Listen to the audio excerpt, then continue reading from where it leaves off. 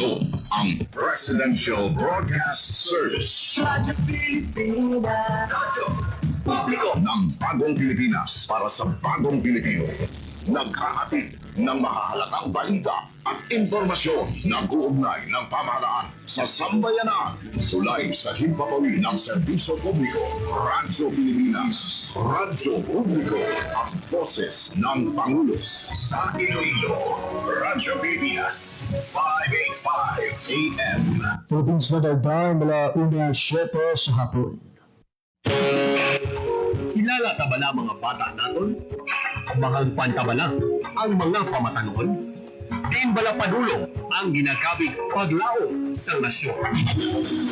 Generation Y ug millennials kung tawgon. Ano pa man ang tawag sa ila, sila ang aton kabataan, ang palaabuton sa nasyon.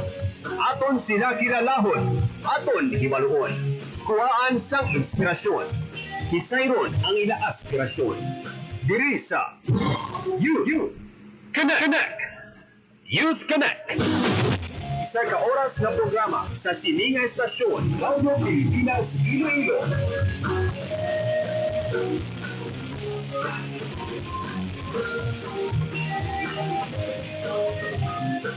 Youth Connect.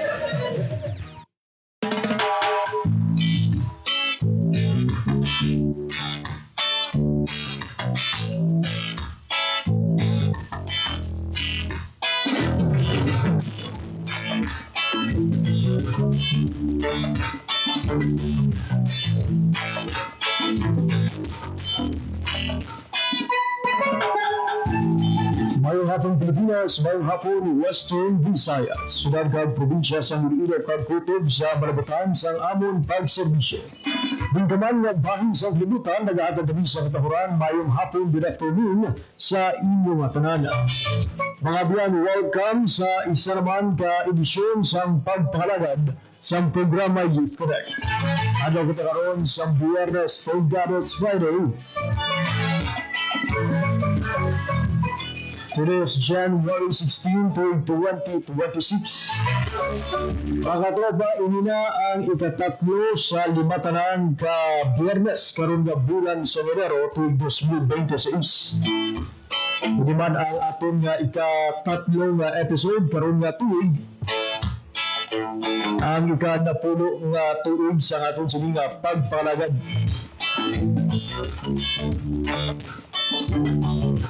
Agaangay sa nagiging aton, isa naman kakatropa ang aton nga pagkakilalahon. Aton nga igapabati sa inyo ang isa naman ka stage storya sa isa ka pamatanon na may inspiring story gikan sa aton nga rehiyon. Sa kinanggan, mayroon ko po ninyo until 1:55 in the afternoon. Ako ang inyong alagad, JP Habas. Sa aton nga mga supitag palamati all over Western Visayas, provinces sa Baclan, Antique, Capiz, Guimaras, kag Iloilo, subuman sa aton mga kulturan sa Negros Occidental, maayad-ayad gid nga hapon sa inyong tanan. Ginakamyo naman sa isa ka ayad nga hapon ang tanan nga mga overseas Filipino workers and Filipinos living abroad nga nagapudman sa aton nga pagparagad pinaagi online. Ang pagparagad sa programa Youth Connect mabatian live sa 585 kHz sa limisukan sa inyong radyo sunuman sa ating official Facebook page ang Radyo Pilipinas Iloilo. Kung sa nagigag na semana, isa ka sipo lawyer na graduate sa Central Philippine University sa iya BS Accountancy Program kag University of San Agustin sa iya College of Law. Mangigaw po naman natin sa aton na pagpangalagad subong iya nga hapon ang isa man ka CPA lawyer pero gikan sa University of the Philippines o kung UP Visayas. Scholar ng bayan, BS Accountancy graduate sa UP Visayas kag cum laude sa iya sining nga pag-eskwela sa Juris Doctor sa University of the Philippines College of Law. Pantaya mga biyan sa ating pagpakalagad subong iya nga hapon ang istorya ni katropang Attorney Jules Joe Contreras, isa ka CPA lawyer gikan diri sa siyudad sa Iloilo. Kumalo na tumabiyan sa iya sining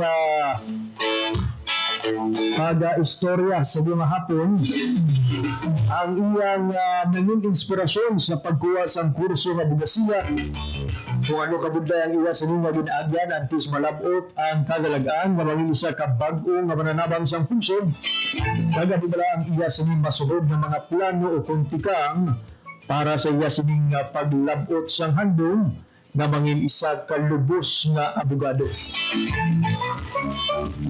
Standby mga biyana sa aton sining nga pagpanumbalik, maging kaupo na naton ang aton bisita of the week. Ang istorya ni katropang attorney Jules Ju Contreras pagkatapos lamang sang pinakapahandog.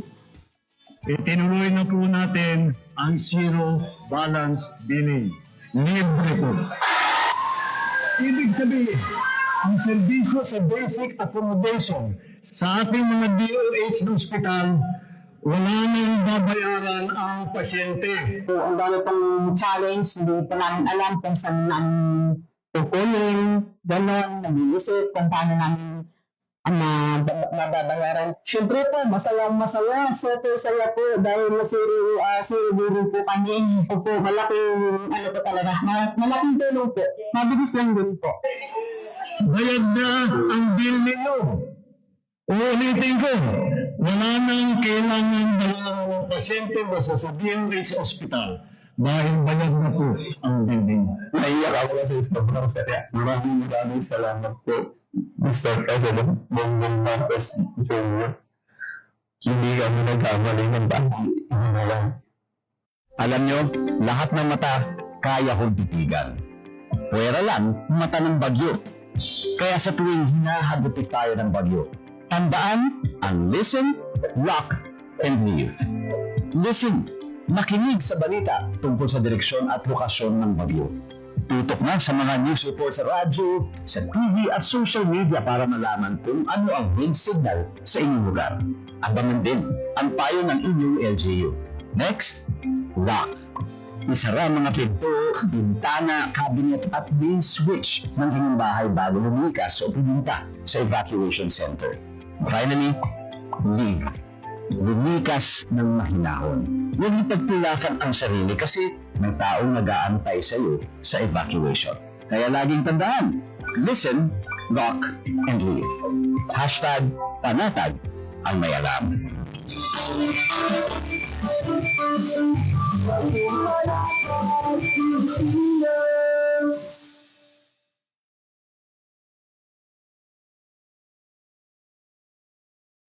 Time to celebrate kulturang Pinoy. Tradisyon, musika, sining, literatura, at iba pa. Anything and everything fun and Filipino. Ito ang Pinoy Kultura. Naalala ko, nung bata pa ako nung mamamasyal kami sa Fort Santiago sa Intramuros. Ito ay ginawa noong 1571 bilang kuta o fortress ng Spanish governor na si Miguel Lopez de Legazpi. Isa ito sa mga napaka-importanting historical sites sa Maynila. Marami ang nagbuwis ng buhay dito noong kapanahunan ng mga Kastila at noong World War II nang ginamit ito ng mga Hapon bilang kulungan ng mga Pilipino at Amerikanong kanilang nahuli. Ang ating national hero na si Jose Rizal ay nakulong din sa Fort Santiago bago siya naging martir sa Bagong Bayan.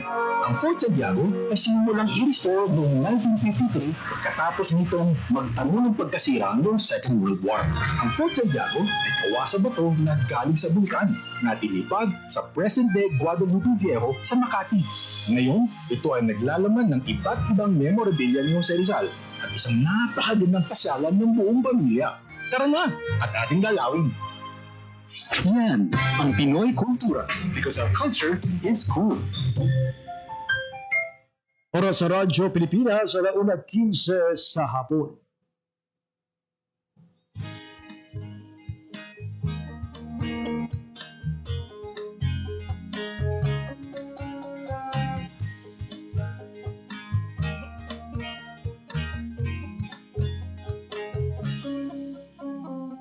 Sabi nila tayo ay bida-bida, puro ko daw wala namang ginagawa.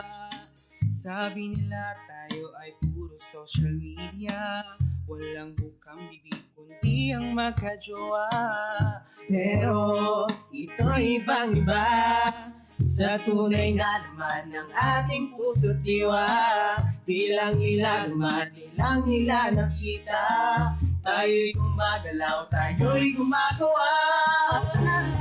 Abyan, tumayo ka at sumama manindigan. Abyan, lumabas ka at ating patunayan.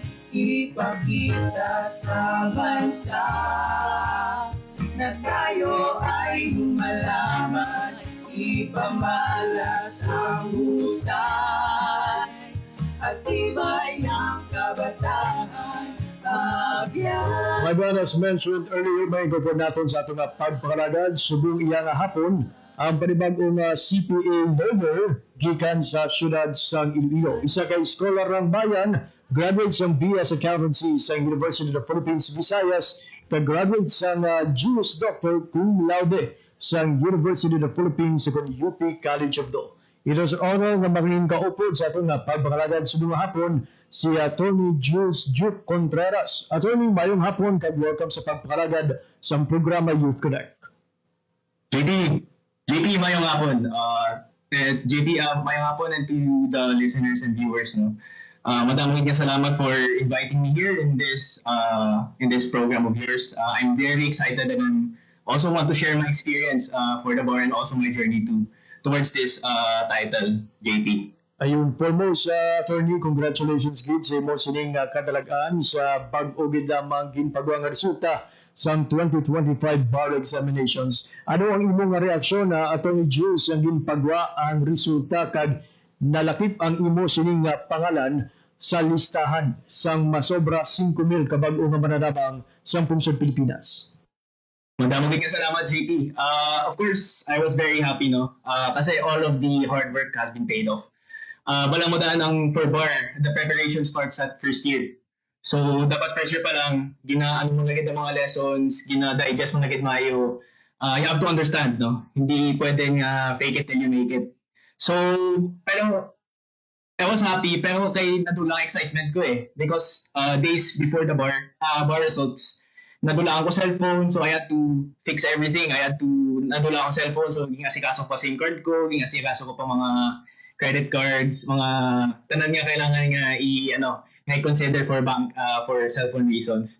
And nadulang excitement, then tapos nakita ko na lang chat ng mga parents ko, nag-chat ng mga friends ko na I passed, and then eventually, I saw the list and then I saw my name there. I'm happy that all the hard work paid off, JP. Attorney, matapos ang pagkuha mo sa bar examination, did you expect nga malaki pang imong pangalan sa mga listahan sa makapasar for this year's bar examination? Well, not to brag, to be honest, I did, JP. Kasi and I was very confident with my answers. As I mentioned, the bar review starts at day 1 talaga. Since first year, no? And I'm very, very thankful to the teachers who taught me UP Law. For me, they're the best teachers. They're the best in their field. They're at the top of their fields. Very experts in their fields. So, because of that confidence, parang naging confident ako na I'd pass. And, I was a percentage 2% short of being top eh. Pero it's okay. It's a precedent that can be used, no, by the following UP Law students, no, to say to themselves na kaya-kaya din nilang pumasa and kaya-kaya din nilang to reach or to actually top the bar, JP. Attorney, you already shared a glimpse ng emotioning preparation for the bar examination which started in the very first year mo sa pag-eskwela sa College of Law. But overall, anong emotioning winning strategy para nga malabot gid ang kadalagaan sa sining bar examination? Well, JP, winning strategy again, day 1, you have to really understand. And then nextly, fourth year ka na, you have to develop a framework, no? Parang framework na to understand kung paano ba, how the system of law works in every subject. So, kung civil law, You have to understand per topic, yung persons, you have to understand the obligations and contracts, how it plays, and how it plays with partnerships, and then how it plays to torts. So, kailangan mo ma-understand yung framework to understand the relationships between the laws din. And pag na-understand mo siya, biskan na hindi mo siya pag-memorize on, tapos magbuha siya sa bar exam, tapos sabihin natin, why mo siya gintunaan during the bar prep. But since you mastered it during your law school, masunod ka nga sa utok mo and then it will just flow out while you type your answers, JP. Attorney, yes, go. Yes, JP. And then for the bar proper, reading 3 times eh. So, reviewers ay read 1 to 2 materials, tapos nag-read ako pre-weeks, 3 to 5 materials, and then LMTs, 3 to 5 din. So, repetition is key, and at the same time, mastery din, JP. Ayun, na-mention ko kayo na, attorney, that you graduated cum laude sa UP College of Law, no? Sa Muslim Juris Doctor Program. Considering that you graduated with the flying colors, kumbaga, did you feel any pressure when you take the bar? That's true. May pressure din na yan, JP, kay there's an expectation that you should pass, and it will be shameful for the university if you don't pass it. But yung technique lang is trust their training, trust your teachers, trust the lessons that you've learned in law school. Kami JP dance sa block naman 4 lang kami. And ang recitations galibutan na sa amon 4. So every day, every subject recite kami, and I'm very confident with what we experienced kaming 4, and I'm confident that's why we're 100% pasado because of that experience, JP. Attorney, can you share with us kung paano inyong set up man kay 4 ka mo ang nakatapos from UP College of Law dari sa Iloilo, and I assume kamo gid ang pioneer sa sininga program sa UP Iloilo. Bale JP, we started first year, naka-merge ang mga evening students and day students, no? So total nasa 23 kami na students na nagsunod sa UP Law. But coming second year, sa 22 nga, 6 are day students. Coming second year, nabuhinan kami nga 6, naging 4 na lang kami. And then, until 4th year, kami na. So, ang setup sa amon nga block is, though conference type or though discussion type siya nga classes. But, of course, may recitation and you expect to pull in answers. Kasi kung di ka maghambalda or di ka wala kang points sa recitation. And at the same time, recitation man nga, and galibutan na siya. So, kung tapos na ang 4, malibatan naman ng circle. It's really, dapat we have to be knowledgeable of all parts of the syllabus or all parts of the coverage of the subject, JP. Other than the schedule, attorney, no-mention mo may day students and then an evening student. Ang day students, kay considering naman, under nga College of Law, usually starting in a class at 5:30 or 6 in the afternoon, then ma-end until 9 or around 8:30. Sa inyo, as day students, ano ni oras inyo nga klase, attorney? JP, sometimes, yung pinaka-early ko nga class is 8 o'clock 8 a.m. and then meron ding 10, 1. So it's just like a normal undergrad class, undergrad block. Kasi no expectation na may work ka. So may mga lawyers may mga experts nga may time in the morning or in the afternoon or who can make time. Kay di ba sila naman ang boss, no? So they make the time for us, tapos they plan it in the morning for day students. And obviously evening, evening 6 to 9 or 6 to 10 kisa. I see. So 4 hours. And paano ang manner of providing the lectures, attorney? Virtual ini siya or there's a yes, professor maybe. good? So very special lang amon nga na set up kay it's the first time pioneer, so everything is being tested, no? On our experience, mostly online kami, hybrid. There are times na nagkakadto sila sa Iloilo, especially when crucial, no? Like for example, midterm exams, finals, meron ding recitations na sometimes gakatumati sila for recitation, and then kung may special events. Pero mostly mga midterms, finals ay kakatuti sila. Siyempre para at least to ensure na wala dinaya, no? Bali, for the entire 4 years ninyo nga pag-eskwela sa law school, attorney, tanan ka mo, diri gilya sa Iloilo, kumbaga. Then, remote lang, o kung kaisa, may occasional nga pagbisita gid sa inyo. Pero kamo iyang very occasional, JP, ang pagbisita sa mga teachers. At saka they're sponsored, no? by the College of Law. They pay for the hotel and the airplane tickets. But on our fourth year, JP, kaya di ba sa fourth year naman may internship. So we're required to render service sa Office of the Legal Aid. So since wala pa siya napatindog sa time namon, pa-transfer kami sa Diliman, kaming apat.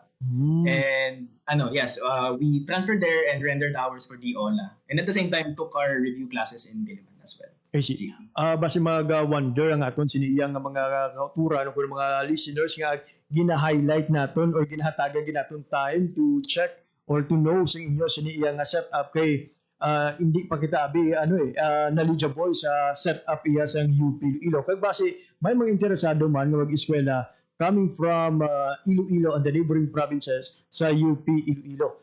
Attorney, balikan natin. Actually, amo nang target sa isang college. That's why they founded the Iloilo campus is because to accommodate students from Visayas and Mindanao and balat naman ang cost of living sa Manila, diba? It's very high. So, in order to make things cheap and at the same time to attain a quality education, law education, well, from the best, that's why they put up a campus here, JP. Kag clarify lang, attorney, no? Ang Iloilo nga extension campus ang UP College of Law is the first sa Bilog Pilipinas. Well, there are two. If you think of it, JP, for example, di ba ang UP Law may BGC campus man siya. So parang extension campus din siya for the South, taga South Manila. So subong they extended it to Visayas para ma-accommodate ang Visayas and Mindanao. So under UP Diliman pa din siya, pero may mga may mga arrangements lang with other institutions or other colleges or universities, JP. Ayun. Attorney, balik kita sa imo sining law journey. Paano ikaw nagsulod sa abogasiya? What inspired you nga magtuon sa College of Law? Actually, JP, it was a plan before na I was working in a accounting firm in Makati City before, pre-pandemic. And I was working. I mean, nag-enjoy ko sa work ko. Then pandemic happened. I was still enjoying. Then I came to realize na, kasi before I was an external auditor in a big or top accounting firm in Makati or in the Philippines as a whole. Ang obra naman is to ensure that the financial statements are correct, that the company is compliant with SEC requirements. And of course, ang pinaka-goal din naman is to provide value to the corporations or to private entities. But I come to realize that if i-combine ko ang legal knowledge and plus accounting knowledge, I think I could bring more impact. So na-realize ko na, sige, I should take up LAE. Since, first and foremost, for me, pinaka-barato na law school in the Philippines. Hindi ko ka-afford sa iba. Like, ang ibang top nga law school, like Ateneo, for example, or San Beda. 6 digits ang tuition.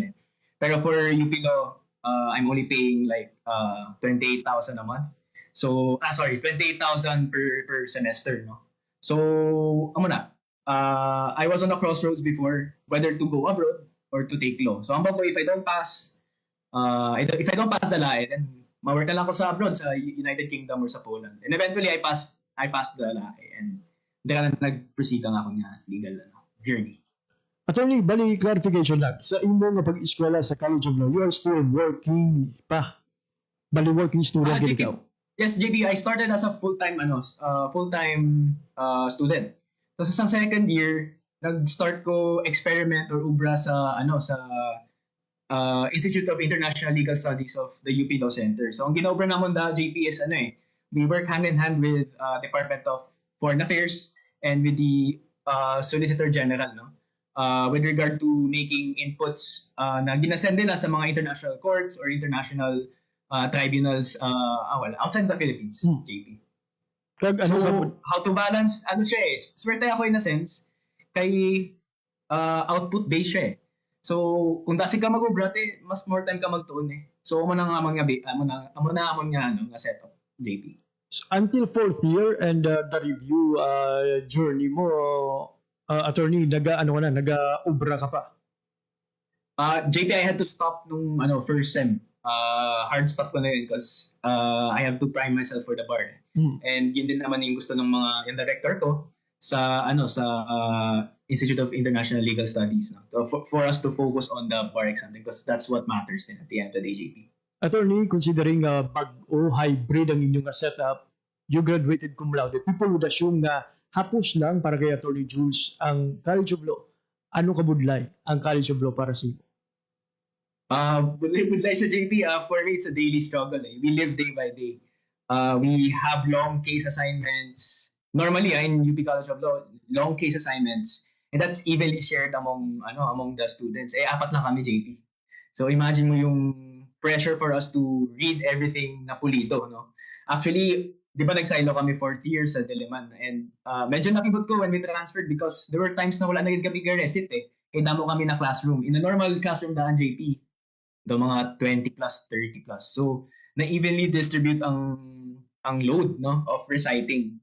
Pero sa Iloilo times, kahit sabihin natin online, it's so hard pa rin Kasi, yun nga, you have to read, and it's obvious kasi when you're reading, people can just say na gabasa lang na siya sa screen mo na, pero it's obvious kung garesit ka, nas gabasa ka lang.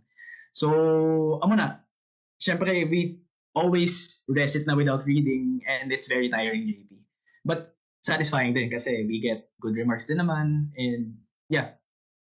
Attorney, we are counting the days left, no? Until sa inyo, sining oath taking, pwede ko magsala, that would be on February, first week of February. Ano ang Feb 6, imo? yes. Feb 6. Ano ang imo sining plano? Subong lapit ka na lang, manginisa ka full-fledged lawyer sa sa Pilipinas. Yes, JP. So, well, ang sabi ng mga mentors ko, ang abal sa mga mentors ko, ang abal sa mga friends ko nga ay nasa field, no? Na that the first 3 years of being a lawyer is very crucial because yun yung formative years ng lawyer. That's why it's important for one, no, to enter into law firms para at least bala mo kung paano pala mag-ubrang abogado, anong kailangan ng mga forms, anong mga solemnities nga kailangan i-follow, di mo ibatunan, mga talagang diskarte. So right now, I'm in my office. I'm connected with CSIP Law here in Makati. No? CSIP Law is, for me, one of the best law firms in the Philippines. Top 1 siya sa Chambers, if you see the rankings of law firms. Sa Chambers, Band 1 siya, tapos Tier 1 din siya sa Legal 500. It's a big firm. And we handle a lot of corporate transactions that actually affect the public interest. No? Kasi madami kaming projects na generate event that could create eventually or lead way to the creation of solar plants or anything energy related or other critical infrastructures like telecommunications, etc. JP. But also, if given an opportunity, JP, I'd like to give back to the university by teaching as well. Attorney, na-mention mo ang Office of the Legal Aid. No? Probably may nag-wonder, ano ba ang Office of the Legal Aid kung saan nagpadulong pa kamo sa Metro Manila just to comply with this requirement. Can you share with us anong OLA ngayon? Ano ang Office of the Legal Aid? Yes, JP, bali ang OLA, amo na siyang required namon nga internship diri sa UP College of Law, no? It is one way of the college to actually give back to the community, no? So what we do, may mga everyday may mga students nga naka-duty sa clinic. Tapos we give advice or we take the cases of indigent clients, no? So that we ensure that justice is given not only to the rich but also to the poor and the needy. In my experience in OLA, kagin ako give advice, no, to people or to indigents, mga kaluluwigid. Why sila opportunity or why sila capability to meet a lawyer, and that's one way, no, for them to fight for their rights, no. So mostly siya mga ginanding dayaan, ging estafa, ging tanggal sa company without any valid reason. And damo kita nabuligan sa office nga we had to fly to Diliman kasi there was no office setup yet. But this year, the OLA has opened. So it's now available to Ilonggos, no? Ilonggos who are indigent specifically. Pwede sila kakadto sa UP Iloilo City Campus, dito sa may Gender and Development Building, ang pink na building. Pwede sila dito kakadto sa may office dito, like walk-in lang, di kailangan sa appointment, di kailangan sang kilala, kadto ka lang sa sulod na state your concern, no? So pwede siya ang OLA, ang scope ng OLA is from legal advice to carrying your case to the Supreme Court, no? So may mga case kita nga dapat sa Supreme Court and amo na. And I wish to endorse kasi kakabukas lang so baka walang masyadong coverage. I'd like to invite mga indigents na mga listeners dito na to try it out, no? Kung may mga problema ka mo sa mga family or kung may problema ka mo about with your bosses or employment or may mga away ka mo lang sa mga neighbors, that can be easily resolved with the Office of the Legal Aid. I assume, attorney, nga ining Office of the Legal Aid is also supervised by a practicing lawyer. That's correct. Hindi kasi pwede mag-operate without a supervising lawyer talaga na experienced. So right now we have 2 to 3 experienced lawyers sa Iloilo campus. And they're very much, I think, willing. They're very willing to accept indigent clients. Para at least matulungan natin ng mga kababayan natin sa Iloilo. Especially the indigents. I ask you that, attorney, kaya aside sa legal advice, isa man sa mga concern natin ang notarization.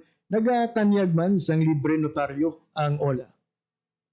Nakadepende na JP sa supervising lawyer itself. Kasi not all the time ang supervising lawyer. But if maubrahan sa setup bala JP, pwede na siya.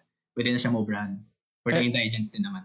Bukas ini everyday ang OLA, attorney, kag anong oras posible makasulod kag makabisita sa sining opisina? Everyday JP, mga 8 o'clock to 5, the usual government hours sa Canada. May mga fourth year students na who are knowledgeable of the laws of the Philippines and potential arguments or potential issues. Bala na sila, naka-duty na sila. So ayun na sa mga kauturan naton nga perhaps nalayuan sa mga opisina sa Public Attorney's Office nga susubong nag-expand man sa ila sini nga mga serbisyo. Ang OLA is also a good alternative para sa inyo sini nga mga legal concerns, libre nga mga serbisyo ginatanyag sa inyo sa UP College of Law. Attorney, that's true JP kasi if I may add, maski diri sa Manila ang IDP clinic sila na mismo basta mga clinics bala silang ga-recommend nga makadto sa UP College of Law. At least kasi kay mo sila load so ginabuhinan nila through us, gina-endorse nila sa amin. Attorney, before I throw the last remaining questions, pila naman lang ka mga question na nabili naton, kay sino mo ginahalad ang ining kadalagan ang imong pagkapasar sa bar examination? Well, firstly, JP, syempre to my parents kasi they sacrificed a lot for this to bring me at this level. You have to understand, JP, I worked before, 3 years, 2018 to 2021. I worked at an accounting firm, so medyo self-sufficient ako to. Why na ako gapangayo sang resources, And then eventually, I went to law school and they went back helping me again. They paid for the tuition, accommodation, JP. Kay ang sweldo ko sa hindi enough So I had to get from them, And very thankful for them for really accommodating me and really covering my education din for law school. Tapos syempre also to my girlfriend kasi she pushed me really to become the best version of myself. She was there from the start of my law journey to the bar review and eventually passing the bar, JP. And lastly, of course, to the Almighty God, because every wins and every achievement I always offer it up to the Lord, JP. Attorney, clarify ko lang, kinakita ko gina sa screen nato, before siyang, girlfriend mo, taga UP Loman. Yes, JP, actually classmates kami. So, pero nasa Diliman campus siya. Nagkilala kami because of, we have the same teachers, Yan, just for context din, yung teachers naman sa Iloilo is the same with Diliman and BGC, Iba lang yung mode, but we have the same teachers, the same syllabus, the same style. So, it happened na ang block nila, same teacher kami. And then, di kami nagsugod, JP. If you don't mind me asking, pwede mo balaan kung lawyer naman si ma'am? Attorney? Yes, JP, nakapass din siya and she's also connected with a law firm din, JP. Wow. Based in BGC. Congratulations, kids, sa inyong Thank you, JP. Thank you. And sa mga kauturan naton, wala ka importante nga may ara ka sa support system nga isa man ka abogada or gid ka dako ang bulig sa isa ka nobya nga isa man ka aspiring nga mangin abogada, attorney. Yes, JP, kaya ang importante sa mga muna is nagkakaintindihan, understanding each other kung ano yung struggle. And that's very helpful kasi if from another field siya, there's a risk na hindi niya maintindihan or hindi niya maintindihan ng ginaagyang mo pala. So, it really helped, no, na law school din siya and law school din ako. And eventually, lawyer and lawyer. And right now, we've same dynamic, different struggle, JP. Ayun. Siyempre, Attorney, ibang ano naman ibang problema naman. Pero that's a good problem, JP. bali classmate mo siya, attorney, pag silo mo na sa UP Diliman, but not in UP Ano, JP? I was second year, JP. Classmates kami. Sorry. Same teachers. I Yes, see. JP. So, online lang setup. Well, sa second year kami, JP, online naman tanan eh. Pandemic time pa. We're nag-face-to-face lang third year. So, basically, we did miss a lot din eh, as compared to our batch, JP. I see. For sure, you are not alone in this journey. Kaina, maging pang-mention ka na sa imo aging pasalamatan. May mga luyag ka pa tamyawon, attorney, before we throw the final question. JP, of course, I would like to give thanks as well to the rest of my family, no? Kay, they've been very supportive and they have understood na my absence during family reunions. Tapos also yung I would like to thank as well to the family of my girlfriend, no? Kasi my family kasi nasa Iloilo, right? And most of them are nasa South. Yung family ng girlfriend ko sa QC and BGC. So, they really accommodated me and took care of me as well. Parang kanila na din. And ayun. They also, ayun nga, they extended help to whatever they can, no? From bar preparation to bar execution. And also to prayers din and ganun, really. Thanks to friends as well for sure yung pangadian ko nila. Attorney, last question for sure sa aton sini nga pag-istoryahanay subong madamo sa mga kultura naton nga na-inspire man nga maging abogado. Ano ang imo sini mahambal, especially sa mga pamatan-on nga nagapamati subong nga hapon? Para sa akin, JP, take this as a sign, no? Na kung gapamati ka man subong, tapos kung gaduwa-duwa ka, take this as a sign. But at the same time, kung i-push mo ng law school, you have to think properly. Kaya first and foremost, damo-damo kita nga sacrifice nga overall as law students and as future law practitioners, no? Again, the practice of law is a privilege, no? Hindi siya basta-basta na binibigay sa lahat. So you really have to think properly. Kaya once you become a lawyer, you are expected to observe a certain decorum, no? Hindi basta-basta na, hindi pwedeng basta-basta. And then, sorry. Also, if you're thinking about financial resources, don't worry about it. Apply ka sa UP Law or West Visayas. For sure, ang tuition is gonna be reasonable. Yung gastos will be reasonable. Especially I can say for UP, kayang-kaya yung gastos kasi standardized yung tuition. So if yung income mo is below the less your income, the less your tuition din. So yung maximum tuition mo, it can even reach to 15,000 or 10,000 depende sa standing mo talaga depende talaga sa economic standing mo. And then, ayun, if you're gonna push for it, go wholeheartedly. Talagang pag-isipan mo yung bar first day pa lang. And then, because if napipilitan ka lang, it's gonna be hard eh. Or if, nakikisakay ka lang sa hype, or kung uso siya, di ba? Especially pag bar results, di ba? Parang na-hype yung mga tao kasi, kayang-kaya ko yan, ganyan. I have friends who pass, kayang-kaya ko din yan. Pero, you have to really reconsider muna before submitting that application form. Because sometimes, it looks glamorous at the outside, pero sobrang daming work behind, no? Madaming behind the scenes na hindi nakikita ng tao, yung mga suffering. But at the end of the day, it's all fulfilling, no? Ayun, thank you, attorney, for sharing with us your story, your struggles, and even your triumphs, no? And kabayang sa imo sini nga maging paambit nga mga eksperyensya, mas madamo pagid nga mga kultura naton ang maghandom nga maging isa ka abogado kon abogada. And thank you for highlighting man sa aton sini nga interview ang tuhoy sa inyo sini nga community service, ang OLA, no? Ang libre nga paghatag serbisyo legal sa mga kultura naton, especially sa mga pigado nga mga pamilya. Attorney, for your works and words para sa bayan, madamo gid nga salamat kag padayon. Namuging salamat, JP. Thank you for having me. There you have it, mga biyan, si Attorney Jules Duke Contreras, isa sa mga 2025 bar passer sa aton sining 2025 bar examination.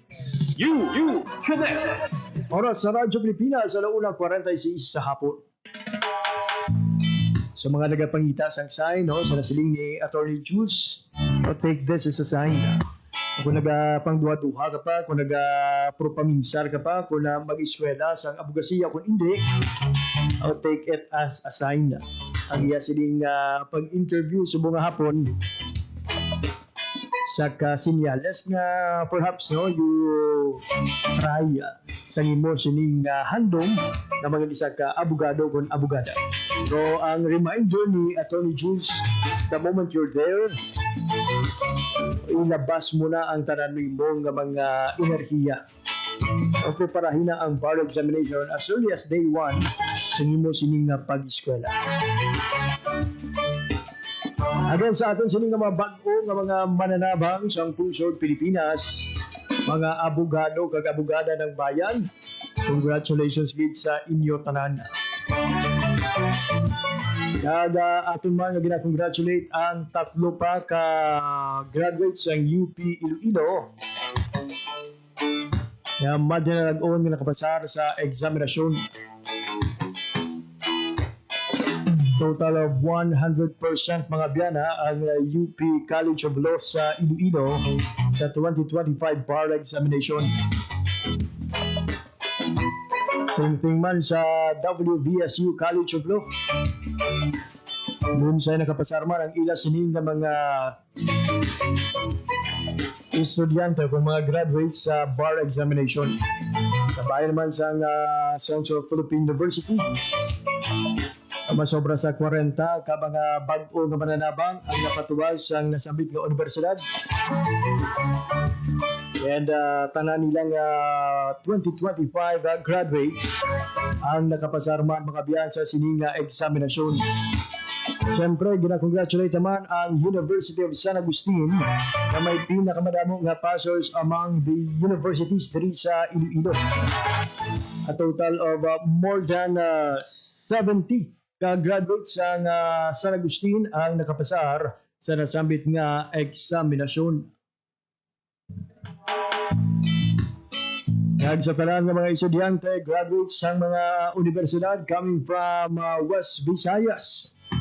Ang mga graduates ng Aklan Catholic College, Colegio de la Purísima Concepcion, and even sa mga graduates ng mga universidad coming from Bacolod City. No, ang University of St. Lasal Bacolod and University of Negros Occidental Recoletos. Congratulations gid sa inyong tanan.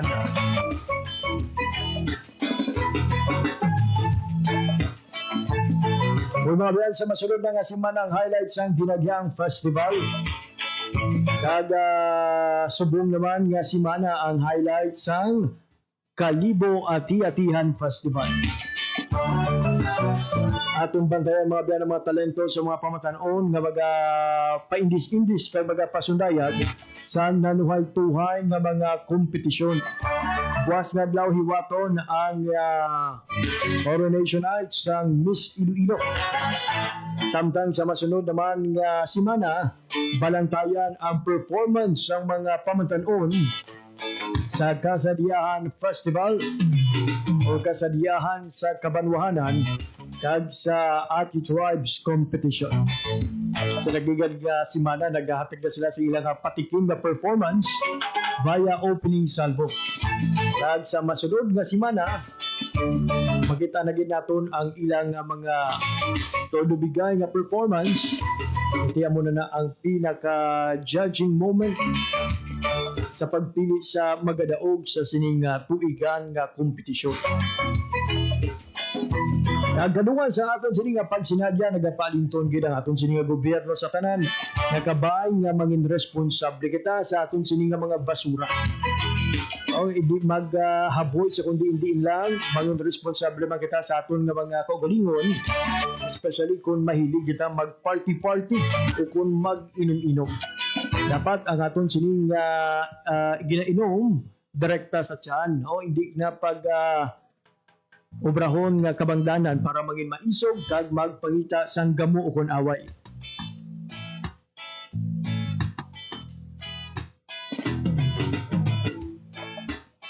1:51 sa hapon. I-relay ko lang liwat mga biyan ang imbitasyon ni Attorney Jules Joe Contreras sa mga kauturan naton nga nagapangayo sang legal advice o kung may mga pamangkot legal. Ang UP College of Law Iloilo ang mayara mga biyan sang Office of the Legal Aid. Nagatanyag ini sang libre nga bulig legal sa mga palamangkutanon sa inyong mga problema, may it be in pamilya, trabaho, o kung ano pa nga mga problema na posible masolusyonan sa isa ka abogado, magpadulong lang mga biyan sa OLA. Nahamtang diri sa City Campus ng University of the Philippines, Visayas.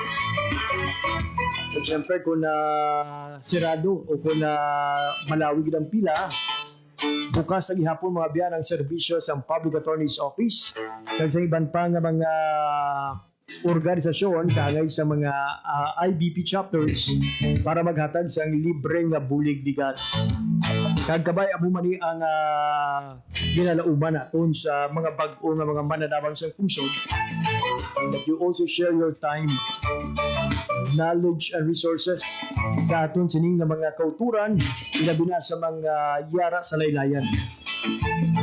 Kabay nga dumdumon nyo man kag magbalikid kung paano bala makabulig sa ila, particularly sa ilang mga palamangkutanon, kinahanglanon. Dito na ang libreng notaryo, dako na ni nga bagay sa ila. 1:52 sa hapon, mga biyan, wala na kita sa oras nga nabilin sa ato sa nga pagpangalagad. Dari na gilamang kuto matong edisyon sa mga adlaw sang Biyernes, Enero 16, 2026. Sa ngalan sa amon mga katuwang teknikal, Mr. Rochelle Jones Otero sa studio, at Mr. John Magallanes sa transmitter. Ako naman ang inyong alaga, JP Hervas. Madamo nga salamat sa inyong pagpamati. Maayong hapon, Pilipinas.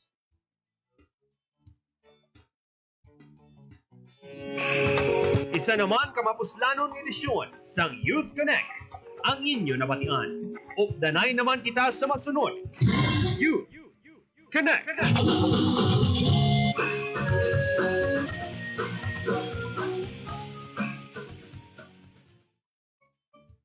Ang inyong tulay sa himpapawid ng serbisyo publiko. Ang Presidential Broadcast Service, Radyo Pilipinas, Radyo Publiko. Radyo Pilipinas. Radyo Publiko.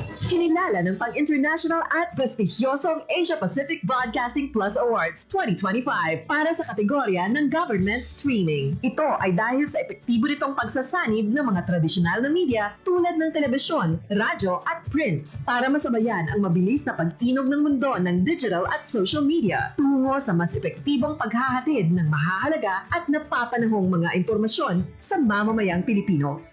Kinilala rin ang Radyo Pilipinas dahil sa patuloy na pag-akyat ng rating. Ngayon ay matatag sa pang-4 na pwesto sa Mega Manila ayon sa pinakahuling Nielsen Radio Audience Measurement Survey. At sa social media, nakamit ang mahigit 2,000% pagtaas ng bilang ng mga sumusubaybay sa Radyo Pilipinas page sa unang bahagi ng 2025. Patunay ito na ang inyong Radyo Pilipinas Radyo Publiko ay tunay na kaagapay ng inyong pamahalaan sa paghahatid ng serbisyo sa mga mamamayang Pilipino. Mula sa aming lahat, sa ngalan ng inyong pamunuan at mga kawani ng Presidential Broadcast Service, kasama ang inyong mga himpilan ng Radyo Pilipinas sa buong kapuluan. Maraming salamat po sa inyong lahat, sa inyong pagtangkilik at pagkilala. Radyo Pilipinas. Radyo Publiko. Time to celebrate kulturang Pinoy. Tradisyon, musika, sining, literatura at iba pa. Anything and everything fun and Filipino. Ito ang Pinoy Kultura.